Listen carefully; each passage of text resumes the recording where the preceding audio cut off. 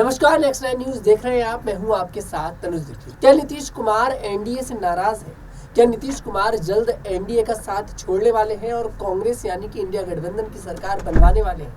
ये सवाल आप सभी के मन में चल रहे होंगे और आज ये सवाल हमारे मन में भी चल रहे हैं। वो क्यों चल रहे हैं? दरअसल आज आंध्र प्रदेश में चंद्रबाबू नायडू ने मुख्यमंत्री के रूप में शपथ ली। जिस शपथ समारोह में, जो शपथ ग्रहण समारोह था, उसमें प्रधानमंत्री मोदी, जेपी नड्डा, नितिन गडकरी, चिराग पासवान, बड़ी बड़ी हस्तियां वहां पर मौजूद रहीं। तमाम दलों के नेता मौजूद रहे। लेकिन जो सबसे ज्यादा चर्चा हो रही थी वो नीतीश कुमार की हो रही थी कि आखिरकार नीतीश कुमार चंद्रबाबू नायडू के शपथ ग्रहण समारोह में क्यों नहीं पहुंचे। हालांकि कोई बयान भी देखिए नीतीश कुमार का सामने नहीं आया, क्योंकि अगर कोई नाराजगी नहीं थी तो एक बार वो ये तो कह सकते थे कि भाई चलो मैं इस कारण से नहीं पहुंच पा रहा। अब ऐसे में कयास लगाए जाने लगे हैं और कहीं ना कहीं सच्चाई लगने लगी है कि नीतीश कुमार जो है वो अब एनडीए से नाराज है। कारण ये भी है कि कहीं ना कहीं नीतीश कुमार ने भारतीय जनता पार्टी से कहा था कि मुझे रेल का विभाग चाहिए, मतलब कि मेरी पार्टी के एक मंत्री को रेल मंत्री बनाया जाए। हालांकि भारतीय जनता पार्टी ने जो अहम दल थे, जितने भी अहम विभाग थे, वो अपने पास रख लिए। बात यहाँ पर रेल मंत्री की कर ली जाए, वित्त मंत्री कर ली जाए, गृह मंत्री कर ली जाए, विदेश मंत्री कर ली जाए, सभी जितने जो अहम यहाँ पर विभाग थे भारतीय जनता पार्टी ने किसी को नहीं दिए। अब ऐसे में नीतीश कुमार जो है बड़ा खेल यहाँ पर करते नजर आ सकते हैं। कुछ सवालों के समय हमारे साथ स्टूडियो में मौजूद है माही, बहुत बहुत स्वागत है आपका। सबसे पहले सवाल आपसे यही लेना चाहेंगे, क्या नीतीश कुमार के मन में आखिरकार चल क्या रहा है?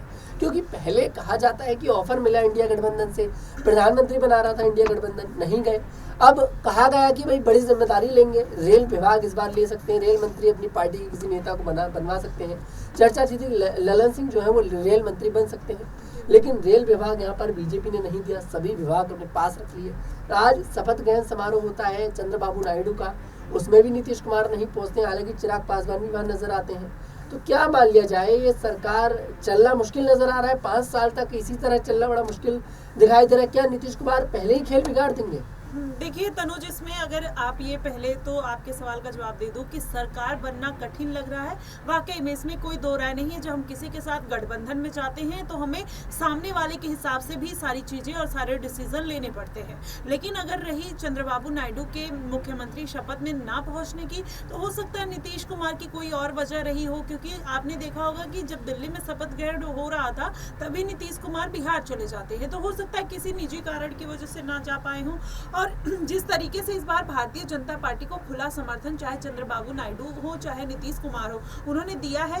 पहले उन्होंने रेल विभाग की मांग जरूर की थी, लेकिन बाद में वो कहीं ना कहीं खुले मन से, आपने देखा होगा कि पीएम मोदी के शपथ ग्रहण में किस तरीके से उनके लिए शायरी बोलते हुए नजर आते हैं, उनके लिए बातें कहते हुए नजर आते हैं। तो ऐसे में मुझे नहीं लगता कि किसी भी तरीके का मन मुटाव हाँ हो सकता है पद को लेकर। जैसे अभी आपने देखा कि अजीत पवार पद के लिए नाराज हैं, वहीं एकनाथ शिंदे के गुट से अब कहीं ना कहीं खबरें निकलकर सामने आ रही है। लेकिन जब उनके बेटे से, एकनाथ शिंदे के बेटे से पूछा गया कि आप क्या केंद्रीय पद के लिए कहीं ना कहीं नाराज है, तो उन्होंने बोला कि मुझे कोई नाराजगी नहीं है, हमने जो ये समर्थन दिया है वो खुले मन से दिया है, बिना किसी पद की लालच के।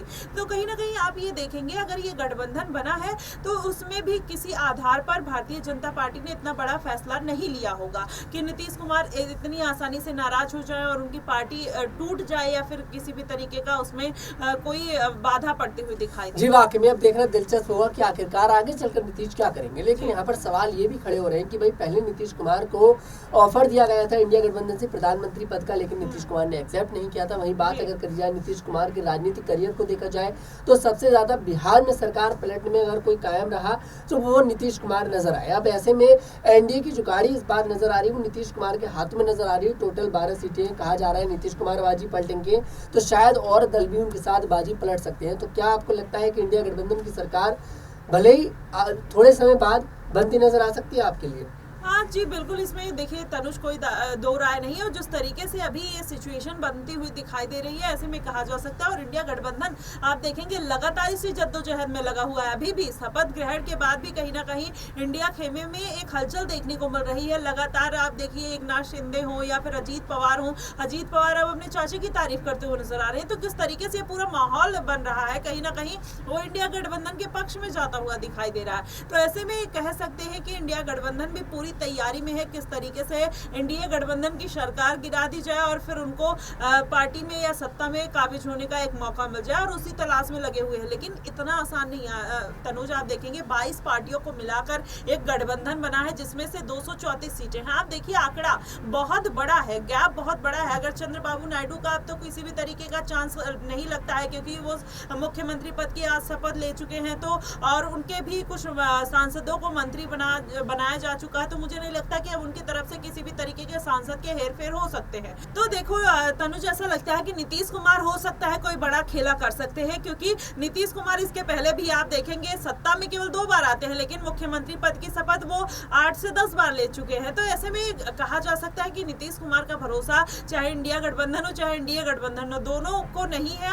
और यही बात कहीं ना कहीं नीतीश कुमार को भी पता है कि वो अपनी एक इमेज बना चुके हैं कि जब उनका जहां मन करेगा वो चले जाएंगे, वो अपने विचारों से स्वतंत्र है। तो ऐसे में कहा नहीं जा सकता कि इंडिया गठबंधन कोई बड़ा खेला करेगी, तो उसमें किसी भी तरीके से आश्चर्य होने वाली बात है। जी वाकई में अब देखना दिलचस्प होगा कि आखिरकार नीतीश कुमार क्या कुछ करते नजर आएंगे। आपको क्या कुछ लगता है कमेंट सेक्शन में जरूर बताइएगा।